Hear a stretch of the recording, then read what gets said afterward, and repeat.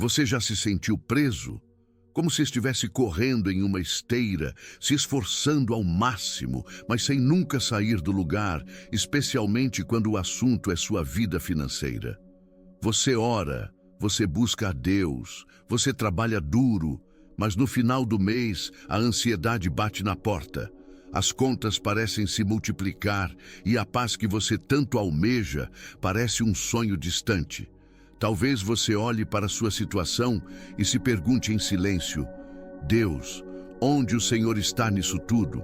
Por que eu não consigo prosperar? E se eu te dissesse que a resposta pode não estar em trabalhar mais, mas em enxergar diferente? E se a chave para a verdadeira liberdade financeira não estiver na sua conta bancária, mas dentro do seu coração, escondida em hábitos que você pratica todos os dias, sem perceber que eles estão silenciosamente desonrando a Deus e sabotando o plano de abundância que Ele tem para você? Hoje, nós vamos mergulhar fundo em uma verdade que pode revolucionar sua história. Vamos expor os 7 hábitos financeiros que desonram a Deus e, mais importante, vamos descobrir como abandoná-los agora mesmo. Esta não é apenas uma mensagem sobre dinheiro, é uma mensagem sobre liberdade, propósito e alinhamento com o coração do Pai. Fique comigo até o final, porque a revelação que Deus tem para você hoje pode ser o ponto de virada que você estava esperando. A Bíblia é clara quando diz que a bênção do Senhor enriquece, e com ela não traz dores. Se há dor em suas finanças, é hora de entender o porquê. Vamos começar essa jornada de transformação juntos. O primeiro e talvez o mais fundamental hábito que precisamos arrancar pela raiz é a idolatria do dinheiro. Em Mateus capítulo 6, versículo 24, Jesus nos dá um dos veredictos mais diretos de toda a Escritura. Ninguém pode servir a 2 senhores, pois odiará um e amará o outro, ou se dedicará a um e desprezará o outro. Vocês não podem servir a Deus e ao dinheiro. Preste atenção na palavra que é usada aqui, no original, para dinheiro, mamon. Não se trata apenas de moedas ou notas. Mamon representa a personificação da riqueza, um sistema de confiança que se opõe diretamente à confiança em Deus. Servir a Mamon não é simplesmente ter dinheiro, é deixar que o dinheiro tenha você. É quando a sua segurança, sua identidade e suas decisões são governadas pelo saldo da sua conta bancária e não pela voz do Espírito Santo. É o medo que te impede de ser generoso, a ansiedade que te faz checar o aplicativo do banco de 5 em 5 minutos, a crença de que, se eu tivesse mais, meus problemas acabariam. Isso é idolatria. É colocar a criação no lugar do Criador. O primeiro passo para a liberdade é reconhecer quem realmente está no trono do seu coração. É Deus, o provedor de tudo, ou é o medo disfarçado de prudência financeira? Desse primeiro hábito, nasce o segundo, como um galho doente em uma árvore envenenada, a escravidão da dívida. O livro de Provérbios, no capítulo 22, versículo 7, nos adverte com uma sabedoria atemporal. O que toma emprestado é servo de quem empresta. Pense na força dessa palavra. Servo, escravo. A dívida, especialmente a de consumo, é uma das ferramentas mais eficazes para nos manter acorrentados. Ela rouba nossa paz, limita nossas escolhas e sufoca nossa capacidade de abençoar o reino de Deus. Quantas oportunidades de semear, de investir em missões, de ajudar um irmão necessitado foram perdidas porque o dinheiro já tinha um dono antes mesmo de chegar em suas mãos? A cultura do mundo nos grita: você merece, compre agora, pague depois. Mas a cultura do reino nos sussurra: contentai-vos com o que tendes. A dívida nos faz viver no futuro, pagando pelo passado, e nos impede de viver plenamente o presente que Deus nos deu. Ela nos força a trabalhar não por propósito, mas por obrigação com o credor. É uma prisão sem grades, mas com muros altos de estresse e preocupação. Libertar-se da dívida não é apenas uma estratégia financeira, é uma declaração de independência espiritual. É dizer, eu não serei mais escravo de ninguém, pois meu único Senhor é Jesus Cristo.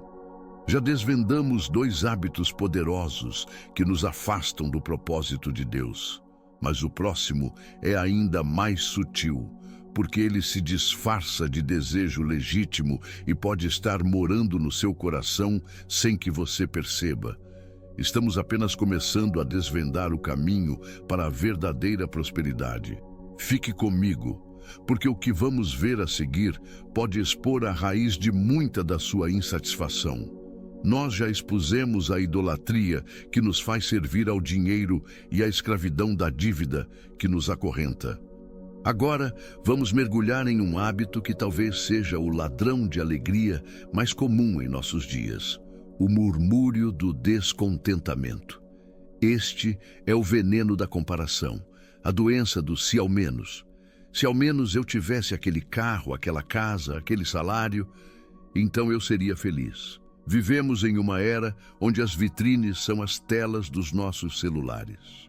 Rolamos por um feed infinito de vidas aparentemente perfeitas, de conquistas e de posses, e a cada deslizar de dedo, uma semente de insatisfação é plantada em nosso coração. O apóstolo Paulo, da fria e úmida cela de uma prisão, nos ensina uma lição extraordinária em Filipenses 4, versículos 11 a 13. Aprendi a adaptar-me a toda e qualquer circunstância. Sei o que é passar necessidade e sei o que é ter fartura. Aprendi o segredo de viver contente em toda e qualquer situação.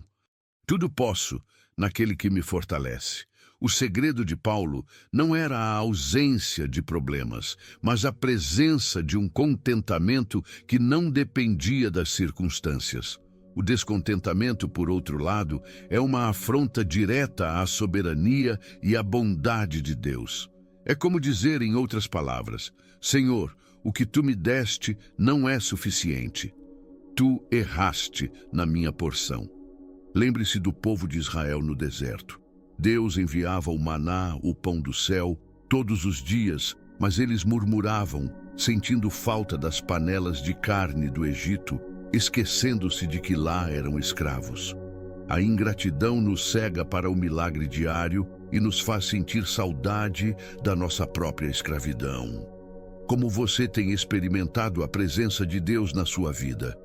Você tem focado no maná que Ele te dá hoje ou tem murmurado pelo que ainda não tem? A cura para o descontentamento é a gratidão radical. É treinar nossos olhos para ver a mão de Deus em cada detalhe e agradecer, não apenas pelas grandes bênçãos, mas pelo pão nosso de cada dia. Diretamente ligado a esse anseio por algo mais e mais rápido, surge o 4º hábito destrutivo: o jogo da especulação, ou a busca incessante pela riqueza rápida. Veja bem, a Bíblia não condena o investimento sábio, o planejamento e a multiplicação de recursos com prudência. A parábola dos talentos nos ensina a sermos frutíferos.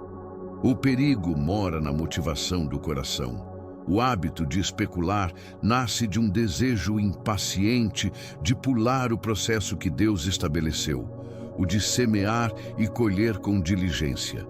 É a mentalidade da loteria, do pulo do gato, do investimento de altíssimo risco que promete retornos milagrosos da noite para o dia. Provérbios 28, versículo 22, nos adverte: o homem de olho mau corre atrás das riquezas, mas não sabe que há de vir sobre ele a pobreza. O olho mau aqui fala de inveja, de ganância, de um desejo ardente de se enriquecer a qualquer custo. Em 1 Timóteo 6, versículos 9 e 10, o alerta é ainda mais severo. Os que querem ficar ricos caem em tentação, em armadilhas e em muitos desejos loucos e nocivos, que levam os homens a mergulharem na ruína e na destruição, pois o amor ao dinheiro é a raiz de todos os males. Note que o problema não é o dinheiro, mas o amor a ele. O desejo desesperado que nos faz tomar atalhos perigosos. Esse caminho está cheio de ansiedade, noites sem dormir e muitas vezes perdas devastadoras que afetam não apenas a nós, mas toda a nossa família. A bênção de Deus vem pelo trabalho íntegro, pela sabedoria e pela paciência. A verdadeira prosperidade é construída sobre a rocha da fidelidade, não sobre a areia movediça da ganância. Antes de buscar um investimento milagroso, busque a sabedoria do alto e o conselho de pessoas prudentes. Até agora, falamos de hábitos que afetam nossa mente e nosso bolso, nossa percepção de segurança e nossa fonte de alegria. Mas os próximos hábitos que vamos revelar na sequência atacam algo ainda mais profundo: o nosso propósito eterno e o nosso legado espiritual. Se você já se viu preso em um ciclo de comparação ou tentado por uma promessa de dinheiro fácil, deixe um comentário abaixo. Sua história pode fortalecer outra pessoa. Não saia daí, porque estamos prestes a tocar no coração da nossa adoração e do plano de Deus para nossas finanças. Nós já desmascaramos a idolatria do dinheiro, a escravidão da dívida, a praga do descontentamento e a miragem da riqueza rápida. Cada um desses hábitos nos afasta da paz e da liberdade que Deus planejou para nós. Agora, vamos mergulhar em hábitos que silenciosamente desviam você não apenas da prosperidade, mas do propósito que Deus traçou para a sua vida. O quinto hábito é a negligência da semeadura, ou em termos mais diretos, reter aquilo que pertence a Deus. E isso vai muito além de uma discussão sobre dízimos e ofertas. Este é um princípio do reino. A semeadura é a expressão física de uma convicção espiritual, a de que Deus é a nossa fonte. Quando retemos, quando vivemos de mãos fechadas, estamos, na prática, declarando que confiamos mais no nosso controle e nos nossos recursos do que na fidelidade de Deus. O profeta Malaquias, no capítulo 3, versículo 10, nos traz uma das únicas passagens em que Deus nos convida a prová-lo. Trazei todos os dízimos à casa do tesouro, e provai-me nisto, diz o Senhor dos Exércitos, se eu não vos abrir as janelas do céu, e não derramar sobre vós uma bênção tal, que dela vos advenha a maior abastança. Isso não é uma fórmula mágica para ficar rico. É um convite para entrar em um ciclo de confiança e provisão. Em 2 Coríntios 9, 6, a palavra nos lembra: aquele que semeia pouco, pouco também ceifará. E aquele que semeia em abundância também ceifará. A mão que se fecha para dar, também se fecha para receber. Uma vida sem generosidade é uma vida espiritualmente estagnada. Ela perde a alegria de ser um canal da bênção de Deus na vida de outras pessoas. A verdadeira riqueza não está no que acumulamos, mas no que flui através de nós. Ser generoso é um ato de adoração. É um testemunho de que nossa segurança não está no dinheiro, mas no Deus, que é dono de todo o ouro e toda a prata. Se o quinto hábito é sobre a nossa recusa em liberar recursos, o sexto é sobre a nossa falha em administrá-los com sabedoria. Este é o hábito da ausência de um plano, ou viver em um completo caos financeiro. É a vida do deixa a vida me levar, onde o dinheiro entra e some sem que você saiba para onde foi. É não ter um orçamento, não ter metas, não ter uma visão para o futuro. Isso desonra a Deus, porque Ele é um Deus de ordem, não de confusão. Jesus, na parábola dos talentos, em Mateus 25, deixa claro que Ele espera que administremos bem aquilo que Ele nos confiou. O servo que enterrou seu talento foi chamado de mau e negligente. Em Lucas 14, versículo 28, o próprio Jesus nos ensina sobre planejamento. Pois qual de vós, querendo edificar uma torre, não se assenta primeiro a calcular os custos para ver se tem com que a acabar? Um orçamento não é uma camisa de força para te prender, é um mapa para te libertar. É a ferramenta que te capacita a dar nome a cada real que passa por suas mãos, alinhando seus gastos com seus valores e com o propósito de Deus para a sua vida. Sem um plano, somos escravos dos nossos impulsos. Sem um plano, não conseguimos dizer não ao que é trivial para poder dizer sim ao que é transcendente. A falta de planejamento financeiro é a razão pela qual muitos cristãos, mesmo com o coração cheio de vontade de ajudar, nunca conseguem sair do lugar. Eles não podem investir no reino porque não sabem onde estão seus próprios recursos. Organizar suas finanças é um ato espiritual. É colocar ordem na casa para que o rei possa usar o que está nela para os seus propósitos. Agora, eu quero te convidar para um momento de reflexão. Eu convido você agora a fechar os olhos, onde quer que você esteja. Peça a Deus que revele em seu coração se existe alguma área onde você tem retido o que é dele.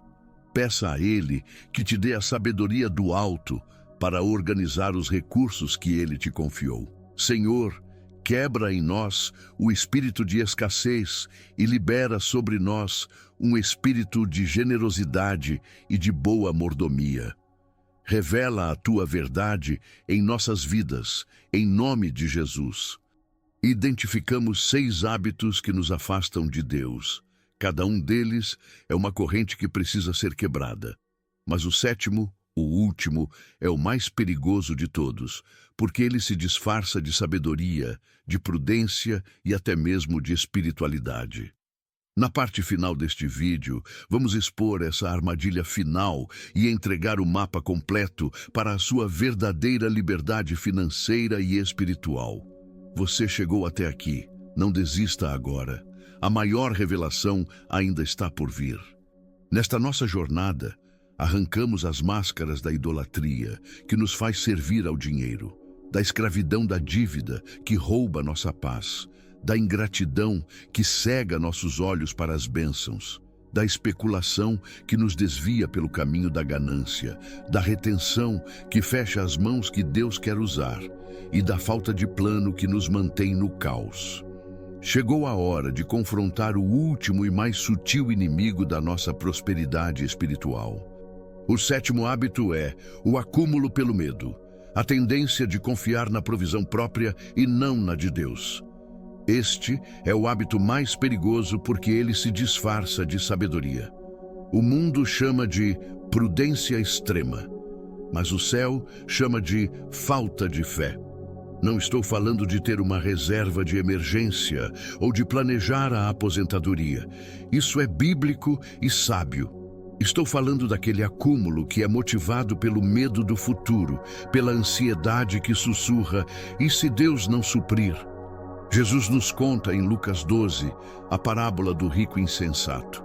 Ele teve uma colheita tão grande que decidiu construir celeiros ainda maiores para guardar tudo e disse à sua alma: "Você tem muitos bens em depósito para muitos anos. Descanse, coma, beba e alegre-se." Mas Deus lhe disse naquela mesma noite: "Louco, esta noite lhe pedirão a sua alma, e o que você tem preparado para quem será?" O pecado dele não foi ser rico, foi viver como se Deus não existisse. Sua segurança estava nos seus celeiros, não no Senhor da colheita. Ele estava tão focado em guardar para si que se esqueceu de ser rico para com Deus. O acúmulo pelo medo constrói muros ao redor do nosso coração e nos aprisiona em uma ansiedade sem fim. Não importa quanto você guarde, nunca será o bastante para acalmar uma alma que não confia em Deus. A cura para esse medo não é a pobreza, mas a confiança radical. É o equilíbrio de Mateus 6:33. Buscai, pois, em primeiro lugar o reino de Deus e a sua justiça, e todas estas coisas vos serão acrescentadas. Planeje com sabedoria, mas confie sem reservas. Então, como abandonar todos esses hábitos agora? A resposta está em uma única e poderosa mudança de mentalidade. Você precisa deixar de se ver como o dono para se tornar o mordomo. O dono se estressa, se preocupa, controla. O mordomo administra fielmente o que pertence ao seu senhor. Tudo o que você tem, seu tempo, seus talentos, seu dinheiro, não é seu, é dele. E quando você entende isso, tudo muda. A avareza e o descontentamento são curados pela gratidão. A dívida e a especulação são vencidas pelo contentamento. A retenção de recursos e o acúmulo pelo medo são aniquilados pela generosidade confiante. E a falta de plano é substituída pela intencionalidade de um bom mordomo. A saúde financeira não começa na sua planilha, começa no altar da rendição, quando você entrega o controle total ao verdadeiro dono. Essa transformação completa e verdadeira só é possível quando você entrega a posse da sua vida ao verdadeiro dono. Talvez você tenha tentado consertar suas finanças sozinho por toda a vida, mas hoje percebe que o que precisa de conserto é o seu coração. Se você nunca tomou a decisão de entregar sua vida a Jesus, de torná-lo não apenas seu Salvador, mas o Senhor de cada área da sua vida, incluindo suas finanças, eu te convido a fazer isso agora. Diga a Ele: Jesus, eu entrego tudo. Seja o Senhor da minha vida e o Senhor das minhas finanças. Me ensina a ser um bom mordomo. E para crescer nessa jornada, você precisa de uma comunidade. A fé não foi feita para ser vivida de forma isolada. Encontre uma igreja, um lugar onde você possa aprender a palavra, servir com seus dons e ser fortalecido pela comunhão dos irmãos. A caminhada em família é mais segura e cheia de alegria. Antes de finalizar, se esta mensagem tocou seu coração e se você sente que Deus está te chamando para um novo nível de liberdade, faça isso agora. Se inscreva neste canal para não perder nenhuma palavra de vida que Deus tem para nós. E compartilhe este vídeo. Encaminhe para aquela pessoa que você sabe que está lutando, que está ansiosa, que precisa ouvir essa verdade. Você pode ser a resposta da oração de alguém que está preso por esses hábitos e não sabe como sair. Não saia ainda. Estão aparecendo 2 vídeos aqui na tela final, escolhidos especialmente para continuar fortalecendo a sua jornada de fé. Clique em um deles e continue crescendo conosco. Que Deus abençoe sua vida financeira e, acima de tudo, seu coração.